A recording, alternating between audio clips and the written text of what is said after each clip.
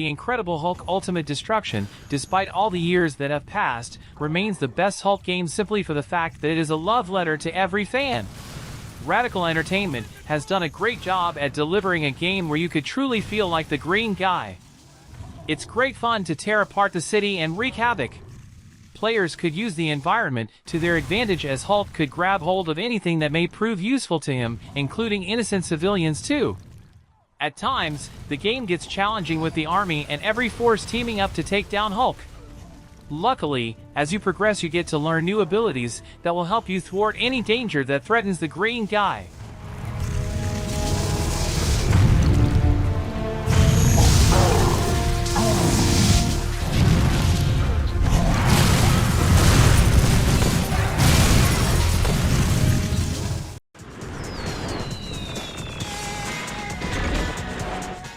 Despite the open-world subgenre's rise in popularity, open-world sports games are still a rarity.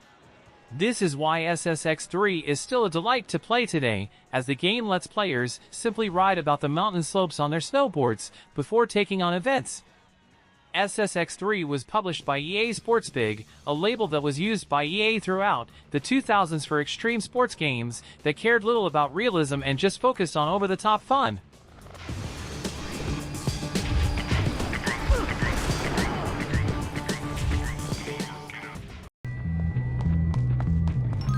Bully is a completely unique title and one that you won't find something similar to. We can only hope that a sequel could become a possibility in the foreseeable future. Rockstar Games had made a diverse line of video games back in the PS2. Instead of only focusing on Red Dead Redemption 2 and Grand Theft Auto 5, the company made titles such as Bully, The Warriors, and the Midnight Club franchise, all of which can be considered fun to play open-world titles. Bully puts you in the shoes of Jimmy Hopkins, who's been sent to Bulworth School only to find it infested with bullies and corrupt students. To survive, he has to fight his way through and reign above everyone else. The only downside when playing Bully is that you won't find something like it. Call that it. Take the dirt! Destroy! Destroy! You want more?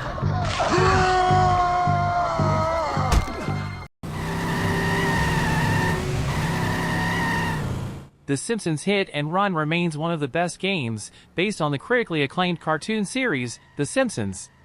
You would think that with how gaming has evolved, you'd see a new Simpsons game, but that doesn't seem to be the case. Currently, no one knows who exactly owns the rights to this. Fingers are pointing to EA, which has published a number of Simpsons games recently, but those remain mere rumors and nothing else. We can only hope that a remaster or, why not, a remake becomes a possibility in the foreseeable future. I am excelente! Please don't sue!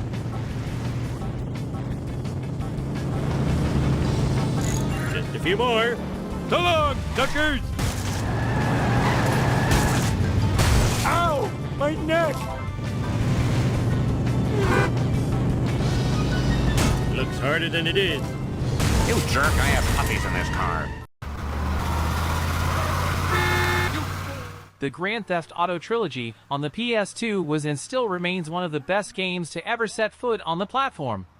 Grand Theft Auto San Andreas was a huge deal since it featured a black character as the main protagonist, and the fact that it made the series far more popular than Rockstar Games could have ever imagined. Similar to previous GTAs, you roam the city of Los Santos listening to great soundtracks, completing missions, and earning money. Unlike GTA 3, the driving mechanics have been drastically improved as well as the third-person shooting experience. On the other hand, there is also GTA 3 and Vice City. The third installment in the franchise was a big deal as it revolutionized the open-world genre, pushed developers to rethink their decision, and revamp the way people would look at action games in the future. I'm working here! You obviously want to die! You want to clear up? Say hello to my little friend! Scarface is one of those movie-based games that may or may not please everyone. Sometimes, it is difficult to find an interesting tie-in movie game, let alone a good one. The gameplay is noticeably reminiscent of Grand Theft Auto's, but at times it manages to escape being labeled as nothing but a clone.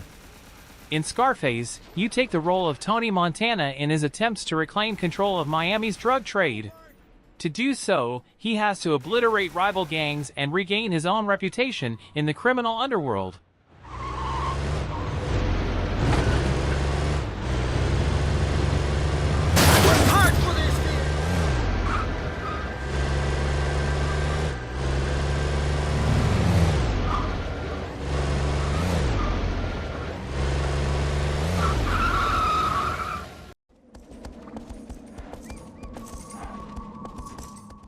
Shadow of the Colossus was first released in 2005 and initially received a mixed reception due to how jarring its gameplay loop was at the time. Despite featuring a huge open world that players could freely explore, the game featured no standard enemies and only a handful of points of interest, with the goal of the game simply being to defeat a series of colossi. The game initially received some backlash because of this, as people felt that the game was missing core content. However, Shadow of the Colossus was soon regarded as one of the gaming industry's first true works of art, and the barren game world became beloved for how it drives home the heartbreaking story. Shadow of the Colossus isn't for everyone, though those who enjoy it tend to regard it as one of the finest games ever released even to this day.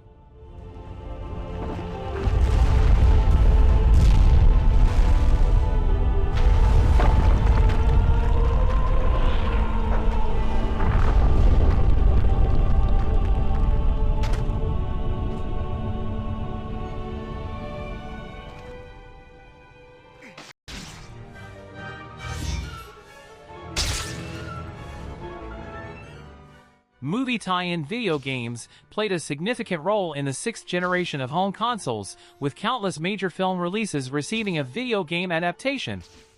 Unfortunately, due to the tight release schedules that these games often had to adhere to, movie tie-in games were often a disappointment, which led to the sharp decline of the genre that has made them a rarity today. Spider-Man 2 is an example of a movie tie-in game with a tight schedule, as it was released on 2004, one day before the film of the same name was released in conventional and IMAX theaters. Despite this, the game was a major success, largely thanks to how enjoyable it was to traverse the game's open world, with the wonderfully well-designed web-swinging and wall-climbing mechanics.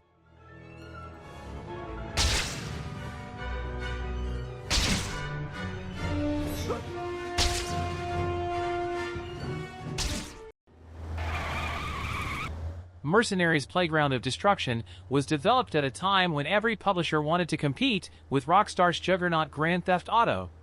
However, Mercenaries isn't a clone in any way. In fact, while it borrows some of the influence from the former, it manages to carve an identity for itself.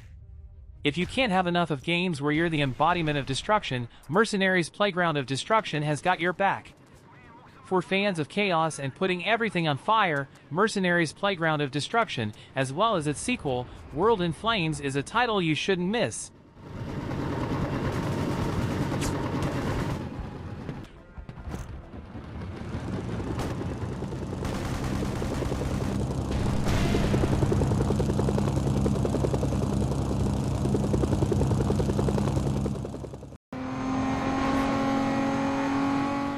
Underground 2 is a massive improvement on its predecessor, as not only are there much denser customization options and more vehicles to choose from, but it has a fully open world, compared to the closed circuits in Underground.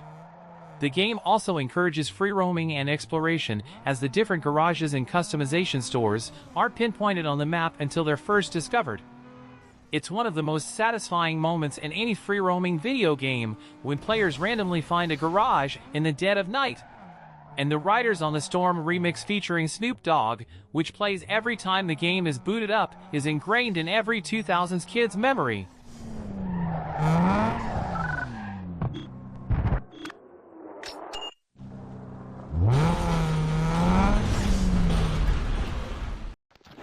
Hey, out of the car now! Thanks. I hope you've got insurance. True Crime Streets of LA and New York City are two interesting open-world games on the PS2 that are sadly forgotten these days. And in case you didn't know, there was supposed to be a third entry to the franchise until it was cancelled to become what's known as Sleeping Dogs. Surprisingly, while some compared these two games to Grand Theft Auto, I found them to be completely different. The two true crime games put heavy emphasis on melee combat and action-packed shooting that features bullet-time sequences similar to that of Max Payne. The driving in true crime streets of LA can be horrible at times, but with little practice you'll get used to it. Oh, shit!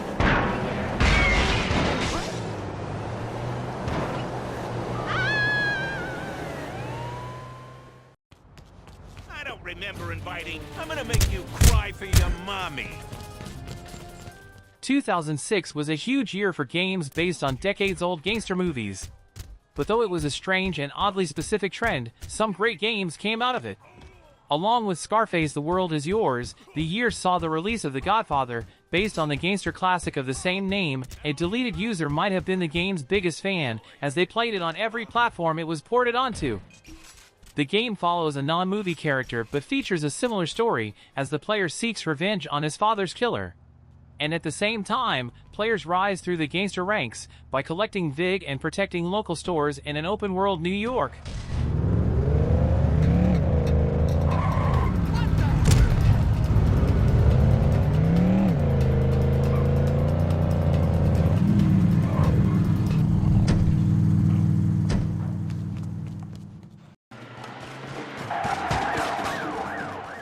Cut from a similar cloth to GTA, The Getaway plays out like a British gangster movie, created by Guy Ritchie.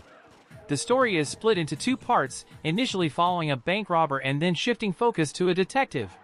The narrative is the game's strongest point, and it features fairly good voice acting for its era. While gunplay is part of the experience, The Getaway's primary gameplay mechanic is driving, which is facilitated by an impressive recreation of London. Team Soho really put together an impressive sandbox, considering the limitations of the PS2. Now, there's not all that much to do within this world beyond story missions, but players do eventually unlock the freedom to just drive around and explore the city streets.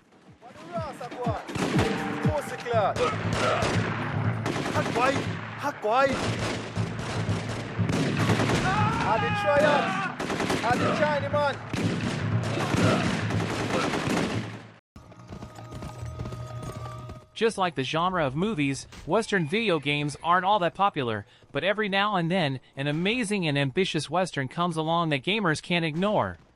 And 5 years before Red Dead Redemption, Gun was the first Western game to implement free roaming.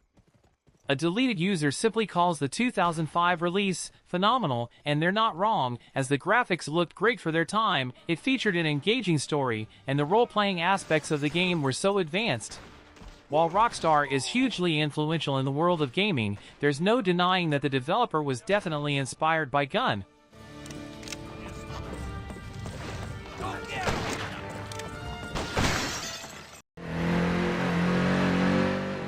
Midnight Club 3 DUB Edition Remix is a game developed by Rockstar Games. The 2005 release is an arcade-style racing game that cares little about realism and simply offers a high-speed, adrenaline-pumping experience as players race through the game's superbly well-designed cities that looked fantastic for the time. Following the game's critical and commercial success, a revised version of the game was released titled Midnight Club 3 Dub Edition Remix, which featured several new additions, such as new songs, new vehicles, and an updated version of Tokyo from Midnight Club 2.